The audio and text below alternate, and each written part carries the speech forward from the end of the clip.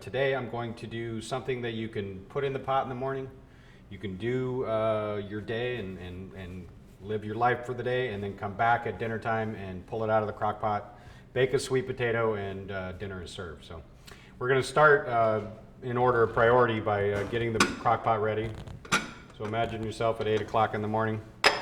You have a pork shoulder roast. You want to use a braising meat. This is pork butt or Boston butt. So you're going to put the pork roast in the bottom of the crock pot. You're going to dice some onions, about a half a cup. Put that on top, and then some minced garlic. 4, 5, 6 cloves, depends on how much garlic you like. And then this is an optional ingredient.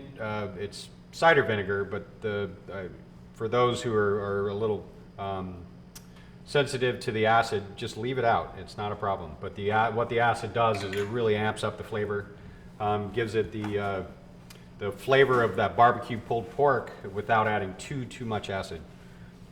And then a little bit of ketchup. You could use barbecue sauce if you want. Ketchup has a little less acid. And then a little bit of salt and pepper just to start it off with. And you'll season it more when you pull it out of the crock pot. And then this is low sodium chicken broth. Buy it at the supermarket. If you're making your own chicken stocks from leftover roast chickens, good for you. It's definitely a way to really almost nullify sodium content in chicken stocks. But that's it. You could add more ingredients to it, but just for simplicity, that's it. You could add a bay leaf to there. You could add a sprig of thyme, or a pinch of dry thyme would be really good in there. When you get back from your day, you're going to bake these sweet potatoes. The best way to do it without blistering the skin too much is to brush it a little bit with olive oil.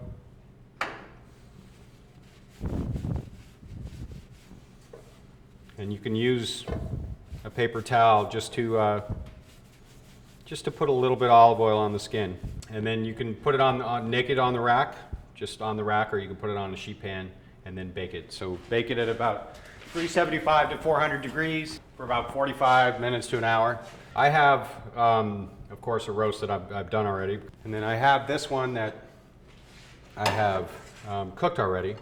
So you can see that it's got a nice, rich flavor profile to it, actually a rich stock. So I'm going to pull the meat out of the broth, and then I'm going to shred it or pull the pork. And you want to save this stock.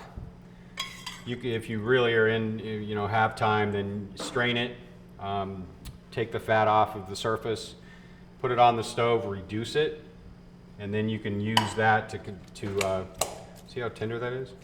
You can use that to moisten the meat.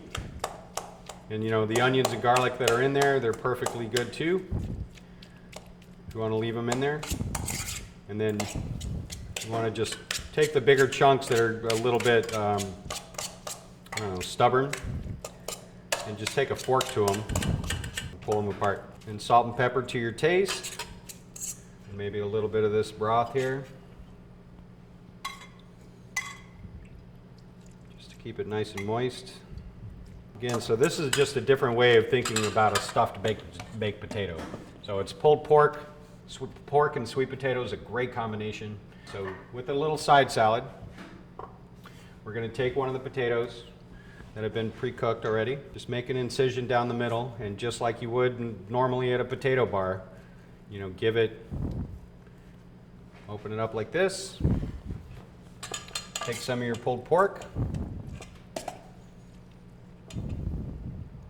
So there we have it, sweet potatoes stuffed with pulled pork and a little side salad with a cucumber. Bon appetit.